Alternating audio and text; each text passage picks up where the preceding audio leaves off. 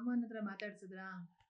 ಆ, ಅಮ್ಮನ ಜೊತೆ ನಾನು ಇನ್ನೂ ಮಾತಾಡಿಲ್ಲ. ಹ್ಮ್. ಯಾಕಂದರೆ ಅಮ್ಮನಿಗೆ ಒಂದು 2 ದಿನ, ಯಾಕೆಂದರೆ ಅವರು ನೋಡಿರ್ತಾರಲ್ಲ. ಹ್ಮ್.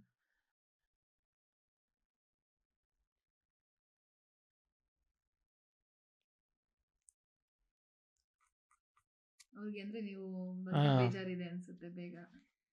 ಜಗತ್ತಿನಲ್ಲಿ ಯಾರೇ ಆದ್ರೂ ಈ ತಂದೆ ಆಗ್ಬೋದು, ತಾಯಿ ಆಗ್ಬೋದು, ಹ್ಮ್. ಮಕ್ಕಳನ್ನ ಸೋಲನ್ನ ಅಷ್ಟು ಈಸಿಯಾಗಿ ರಿಸೀವ್ ಮಾಡ್ಕೊಳ್ಳೋದಿಲ್ಲ. ಹ್ಮ್. ತಂದೆ ಆಗ್ಬೋದು, ತಾಯಿ ಆಗ್ಬೋದು.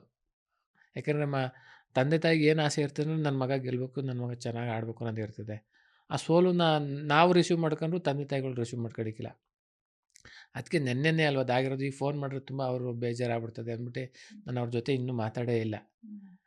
ನನ್ನ ಹೆಂಡ್ತಿ ಕಡೆಯಿಂದ ಚೆನ್ನಾಗವ್ರ, ಅಮ್ಮ ಚೆನ್ನಾಗವ್ರ, ಎಲ್ಲ ಚೆನ್ನಾಗವ್ರ ಅಂದರೆ ಎಲ್ಲರನ್ನೂ ವಿಚಾರಿಸ್ಕೊಂಡಿದ್ದೀನಿ. ಎಲ್ಲರೂ ಆರೋಗ್ಯವಾಗಿದ್ದಾರೆ ಅಂತ ವಿಚಾರಿಸ್ಕೊಂಡಿದ್ದೀನಿ. ಹ್ಮ್. ಎಲ್ಲರೂ ಚೆನ್ನಾಗವ್ರೆ ಅಂತ ನಮ್ಮ ವೈಫ್ ಹೇಳಿದ್ದಾರೆ. ಹ್ಮ್. ನಮ್ಮ ತಾಯಿಗಂತೂ ನಾನು ಫೋನ್ ಮಾಡಿಲ್ಲ. ಒಂದು 2-3 ದಿನ ಆದಮೇಲೆ, ಹ್ಮ್. ಆಮೇಲೆ ಫೋನ್ ಮಾಡಿ ಮಾತಾಡ್ತೀನಿ. ಹ್ಮ್.